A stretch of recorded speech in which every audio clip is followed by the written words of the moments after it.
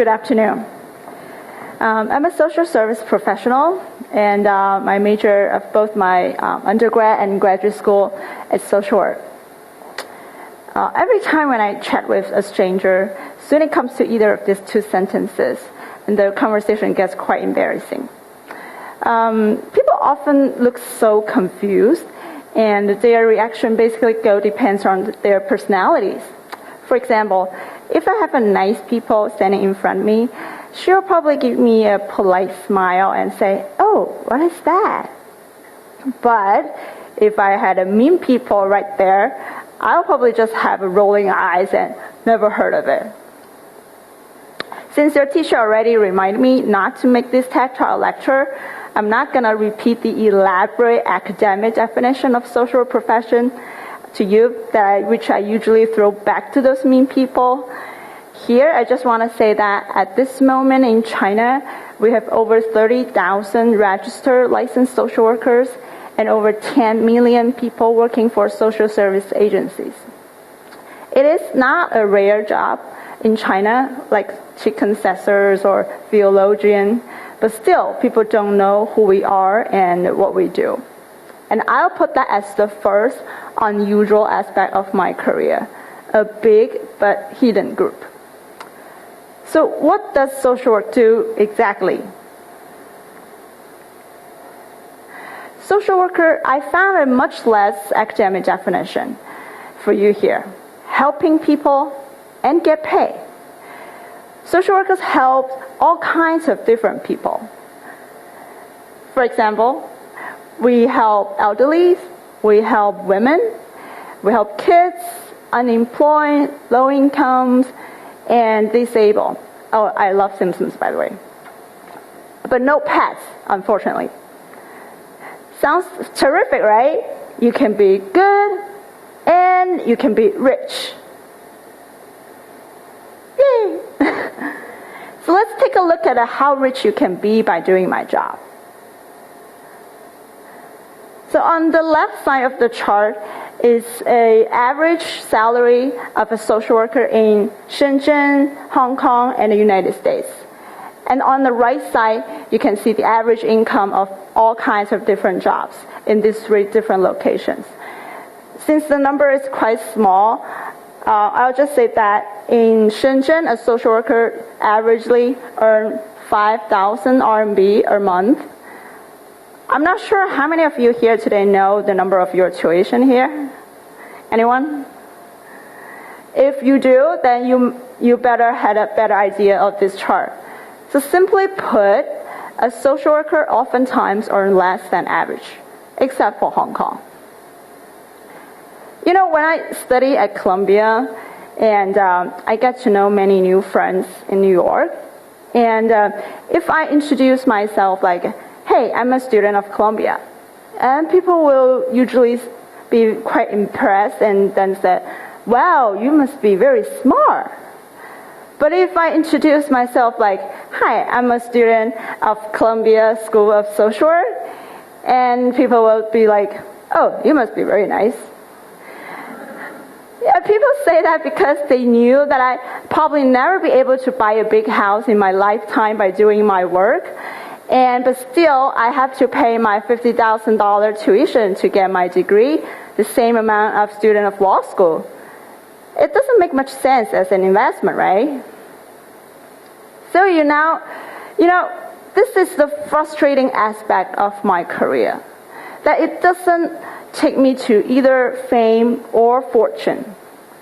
You won't get a Nobel Prize of Peace because you get paid already, right? And your friends, your families, even your parents don't really understand how meaningful your work is. To help AIDS patients to get a job, to help special children to get equal opportunity to learn, or to help poor women free from violence by their husbands. That is because most of our clients, the people we help, are low income, are vulnerable, and therefore they are voiceless. And unfortunately, 99% of them won't return to us someday as a celebrity. There's no fairy tale in the real world. And it is hard work, really, sometimes even desperate. Now you must wonder, why? Then, why do you still want to do social work and philanthropy?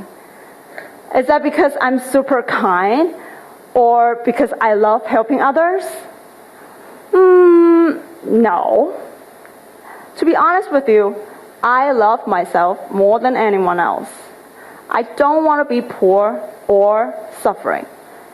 I really want to live comfortably with my family, taking good care of my kids, hang out with friends, go on vacations, have nice dinners, and I really love shopping.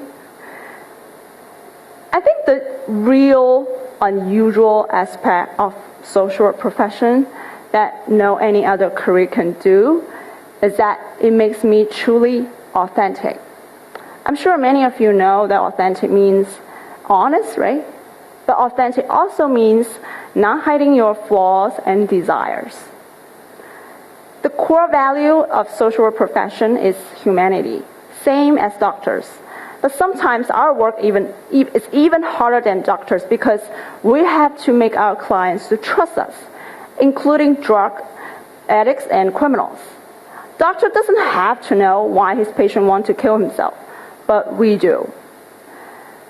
We believe that many human problems cannot simply be cured by our surgery. And our unique medicine to heal a broken heart is our authenticity and empathy. You won't become a really good social worker even if you're super kind or sympathetic. You must also be trustworthy. Being authentic is so hard. I remember at the first semester of my grad school, the professor asked me to write tons of self-reflections, such as reflect on your first week in Columbia, or how do you feel as a social work student. At first, I thought it was a super easy assignment, no harder than a third grader's journal, right?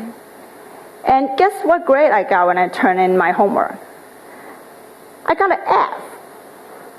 The professor asked me to write it over again, and I got another F. That was a disaster. You know why? I used to be a journalist, and I'm still a writer. Now I got 2 F for a writing assignment. I really didn't get it. So I made an appointment with my professor and tried to fight for my dignity. And she said, you see, your writing was skillful, and you gave me a lot of details, only except for your own feelings.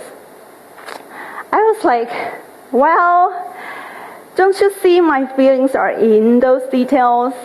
I am an Asian, okay? I don't go straight forward like New Yorkers. What do you want me to write? Oh, I'm drilled to come to Ivy League. She said, yes. I want to try every sentence start with, I feel. That was in 2014. I lost my grandfather earlier that year, who was the most important person in my life. I was in deep sorrow, but I didn't show, because at that time I was also a new graduate student and a mother of 2. I have so many responsibilities on my shoulder which won't allow me to fall apart. Until I started to rewrite this self-reflection. That was the first time ever in my life that I disclosed my broken heart to other people. I cried so hard when I wrote this dumb assignment and realized that how brave I need to be to face myself, my own bad emotions. There's no any other career I've ever seen like social worker will forces you open up yourself like this and dig deep into your heart. The theme of our tech talk today is the glass ceiling, breaking norms, right? And I believe most of you came here today also want to hear my story of how to fight for a successful life. But you know what? As a social worker, and I really want to be completely authentic with you here, I want to say that I don't have a glass ceiling. I haven't been blocked out by any jobs or school because of my age, my color, or my gender. I make my choices independently on pretty much everything, including my major, my career, my marriage, my friendship. My son says mom is the boss at work and at home. I hope he's just been kidding. Of course, I have challenges in life, but I haven't seen any ceiling above my head. Many of you sitting here today are similar. You're passionate, you're ambitious, you have goals, maybe you're going to Stanford, you have big dreams, for example, change the world, or maybe a smaller dream like getting rich. You know exactly how to get there. Study very hard and probably have some street smart when it is necessary. I used to think that everyone else in the world are just like us. Want to go further, higher, be stronger, and eventually become successful. So when I first met my clients who are not living like this, I pitied them. I also thought that it was their own fault, not fighting hard enough for themselves. I used to be a big fan of American dreams. So I persuaded them so hard, not to quit high school, go get a scholarship, stop eating French fries, and getting pregnant.